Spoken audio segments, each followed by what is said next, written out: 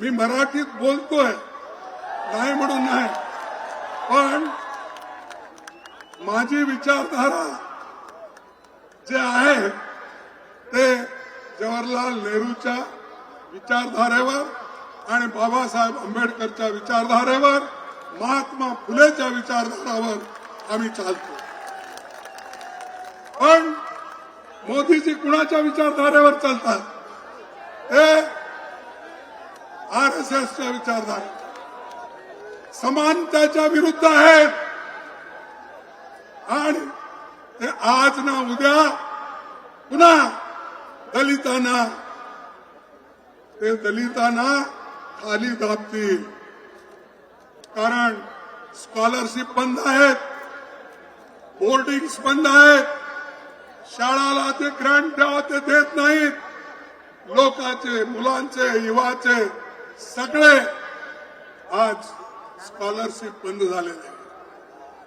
आणि आणखीन एक तुम्हाला सांगायचं आहे, शिक्षण हे महत्वाचं आहे. म्हणूनच बाबासाहेब आंबेडकरांनी सांगितले, एज्युकेट, ऑर्गनाइज अँड एज्युकेट. शिक्षण घ्या, संघर्ष करा, एक व्हा. हे त्यांची वाणी आहे. हे आज आपण घेऊन चाललं पाहिजे. हे जर नाही घेतलं, तुम्ही विसरला, तर तुम्ही कुठेही राहणार नाही. जे काही मिळालं तेही जाणार आहे मोदीच्या सरकारमुळं, आरएसएसच्या लोकांमुळं. बंधूंनो, आज काय, आज लोकतंत्र खतरे में है. आज इतने इन्फ्लेशन, एवढं प्राइस राईज आहे, किंमत एवढे वाढले अवश्य वस्तूचे, ते सगळे आकाशला म्हणजे आकाशपर्यंत पोहोचले. त्याच्याबद्दल मोदी काही बोलत नाही. त्याच्यानंतर रोजगार, अनएम्प्लॉयमेंट इतका आहे. देशात 30 लाख नोकऱ्या खाली आहेत. पण 30 लाख नोकऱ्या खाली असताना सुद्धा मोदी ते भरत नाही. कारण की जे नोकरी भरला तर ते रिझर्वेशन त्याच्यात होईल, बॅकवर्ड क्लासला मिळतील, शेड्यूल कास्ट लोकांना मिळतील, आणि मागास वर्गाला मिळतील, आणि हे जे एसटी लोकांना मिळतील. म्हणून ते 30 लाख वॅकन्सी जे सरकारमध्ये खाली आहे ते भरत नाही. आणि 8-10 हजार कुठं रिक्रुटमेंट केलं तर त्याचे जे हे आहेत नोकरीचे पट्टे तेच वाढतात. अरे आमच्या काळात डेप्टी सेक्रेटरी, अंडर सेक्रेटरी, कुणीतरी सेक्शन ऑफिसर पोस्ट ऑफिसने पाठवत होता नोकरीचे हे पत्र. आता मोदी साहेब स्वतः स्टेजवर येऊन ते फर्स्ट डिव्हिजन, सेकंड डिव्हिजनचे डॉक्युमेंट देतात. तुम्ही विचार करा, एक मनुष्य इतका खाली जातोय म्हणजे ते देशाला फार वाईट आहे. ते मी म्हणणं योग्य नाही, कारण दुसरा काही शब्द बोललो की आमचं एवढं केलेलं सगळं मातीत जातं. म्हणून मी त्याला आता छेडत नाही. दुसरा केव्हा तरी वेळ आली तर मी बोलतो. आज गरीब आणि श्रीमंतामध्ये फार आज हे झालेलं, गरीब अति गरीब होत आहे, श्रीमंत अति श्रीमंत होत आहे. अरे या देशात आम्ही जेव्हा सरकार सोडली त्यावेळेला केवळ 5 लाख करोड रुपये आम्ही खर्च सोडून गेलो. पण आज मोदींनी देशावर 200 लाख कोटी रुपये खर्च आज त्यांनी केलेला. 2 लाख करोड म्हणजे 200 लाख कोटी रुपये आमच्यावर कर्ज त्यांनी ठेवलं. आणि म्हणतोय सब ठीक है, सब खुशहाल है, हमने बहुत लोगों को आगे बढ़ाया. क्या आगे बढ़ाया? 200 लाख तो आपने कर्जा रखा और जो सहूलतें मिल रही थी वो सब एक एक होकर आप काट रहे हैं और जो इरिगेशन प्रोजेक्ट अपने थे वो भी काट रहे हैं. म्हणजे प्रत्येक गोष्टीत ते लोक आज बजेट कमी करायचं आणि शेवटनी सांगायचं की मी हे केलो ते केलो. अरे बाप, तुम्ही मणिपूरमध्ये ते लोक मरू लागलेत, तिथं अनेक स्त्रियांचं रेप होऊ लागलंय आणि लहान मुलं मरू लागले. तिथं मोदी जात नाहीत. कुठं जातोय?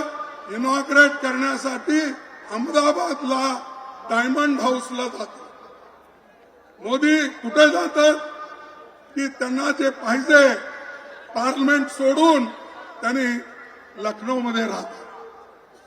एकीकडे पार्लमेंट आहे चाललेलं आहे, दुसरीकडे प्राईम मिनिस्टर होम मिनिस्टर हे बाहेर फिरतात.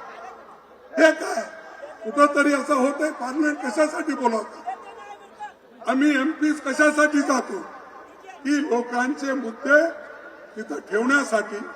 लोक आता काय अनएम्प्लॉयमेंट आहे, बेरोजगारी जे आहे, तसंच जे इन्फ्लेशन आहे, हे सगळ्या गोष्टी आणि आपल्या किसानांचा फार्मर्सचा हे प्रश्न तिथं ठेवण्यासाठी आम्ही जातो. पण तिथं प्रधानमंत्री पायच ठेवला नाही, राज्यसभेत तरी पाय ठेवला नाही. मला वाटतं लोकसभेमध्ये सुद्धा पाय ते ठेवलेच. म्हणजे एवढी घृणा लोकसभेबद्दल राज्यसभेबद्दल आहे. आणि त्यांनी आम्हाला डेमोक्रेसी शिकवतोय. अरे डेमोक्रेसी प्रकार तुम्ही आत येत नाही आणि जे लोक पार्लमेंटमध्ये येऊन जे गॅस सोडले, वरून उडून आले, ते कसं आले, कोण आणलं?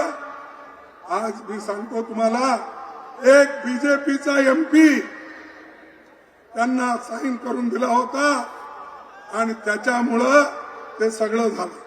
पण ते एक एमपीला रक्षण करण्यासाठी, त्या एक एमपीला वाचवण्यासाठी 146 एमपीजना बाहेर काढले. आपल्या लोकांना बाहेर राहून सगळे कानून सगळे पास करून घेतले.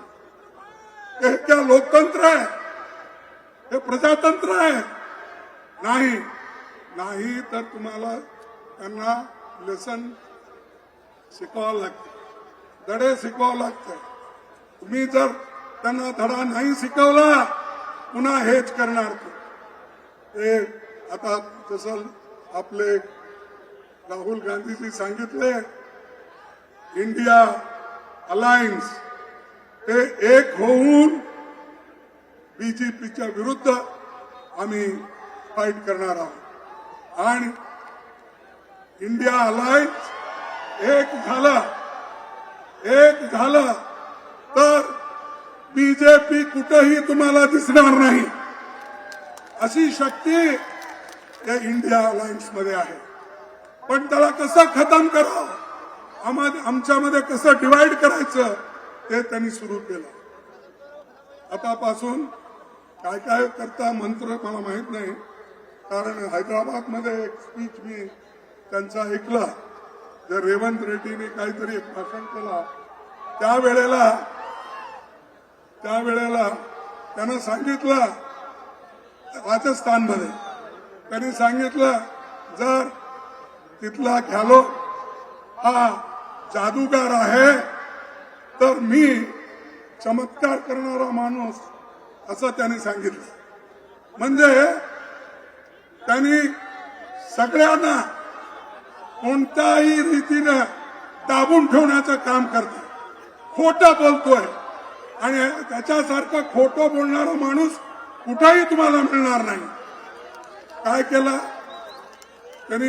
त्यांनी सांगितलं, तुम्हाला 2-2 कोटी नोकरी प्रतिवर्ष देतो म्हणला की नाही? मग मिळाले. कसं मिळत नाही हो? का तो प्रधानमंत्री आहे, खोटं बोलतोय. 15 लाख रुपये तुम्हाला देतो म्हणला, दिला नाही दिला. मग का प्रधानमंत्री खोटं बोलतोय का आम्ही सांगणारे खोटं बोलतोय? आणि हेच पार्लमेंट मुद्दा असं सांगतोय. आता पुन्हा एक नवीन चमत्कार करू लागलाय. आता सगळं सोडून, काम सोडून, लोकांचे कठीणाई सोडून, आमच्या किसानचे मुद्दे सोडून, अनएम्प्लॉयमेंटचे मुद्दे सोडून आता सगळं देवाकडे लागलं. देवाकडे लागून ह्या इलेक्शन मध्ये ते सगळं एक एक करून भजन करत तुमच्याकडे येईल. तर बंधूंनो, तुम्ही त्या कशालाही बघू नका.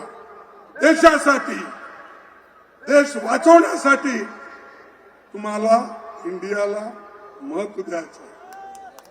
देशाला वाचवणं, संविधानाला वाचवणं, लोकतंत्राला वाचवणं हे तुमचं आधी कर्तव्य आहे. हे जर उरलं किंवा याला तुम्ही जर वाचवला तर सगळं वाचतं. त्यासाठी मी जास्त बोलत नाही, कारण यांच्या काळात मी जास्त सांगत नाही. आणि मीडियाच्या लोकांना सांगितलं, सर राहुल जी, इनको पाप कहने से कुछ नहीं होता. ये मीडिया के लोग जो है ना, ये काम करने वाले हैं. इनके पीछे जो है ना, उनको पकड़ना पड़ता है. इनके पीछे जो कॉर्पोरेट कंपनीज है, ये तो पाप मजदूर है, सैलरी लेने वाले हैं. नहीं तो उन्होंने अगर रिपोर्टिंग ठीक नहीं करे तो दूसरे दिन निकाल देते हैं. तो वो डर के वो मालिक जो बोलता वही लिखते हैं. तो इसीलिए हमको यही कहना है कि यहाँ करके कॉर्पोरेट कंपनियां, अमीर लोग जो कांग्रेस को खत्म करने के लिए मोदी को सपोर्ट कर रहे हैं, मोदी को फंड दे रहे हैं, उसके तरफ हमको देखना है. तो इससे मैं ज्यादा सवाल नहीं उठाता हूं.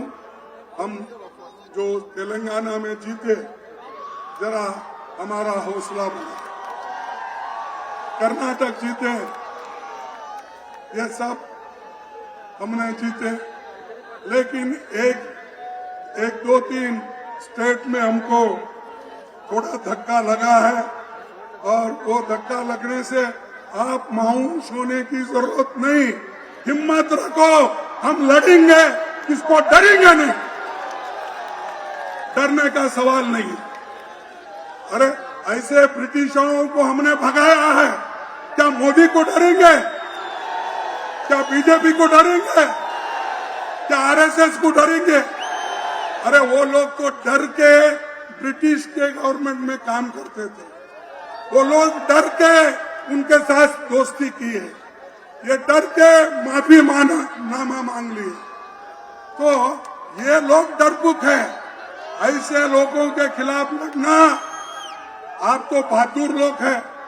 और जैसा कि अभी राहुल गांधी जी ने कहा, आप तो शेर है, बब्बर है. लेकिन शेर कभी घास खाता है नहीं, तो शेर है. तो इसलिए भाइयों, मैं ज्यादा चीजें आपके सामने नहीं रखना चाहता.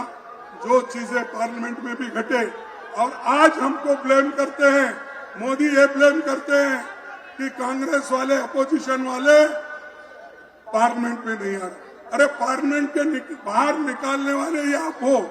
हमको बात करने के लिए नहीं देते. हमने सिर्फ इतना ही पूछा, जो दो चार लोग अंदर आ गए, वो कैसा आए, क्यों आए, उसके पीछे कौन है. अगर उसका जगह आज बीजेपी के एमपी के बजाय कांग्रेस का एमपी अगर कोई होता तो हमको कलंकित करते थे, बदनाम करते थे. लेकिन ये लोग एक एमपी को बचाने के लिए 140, 147 लोगों को इन्होंने बाहर डाला. ठीक है, हम लड़ेंगे और लड़ते रहेंगे.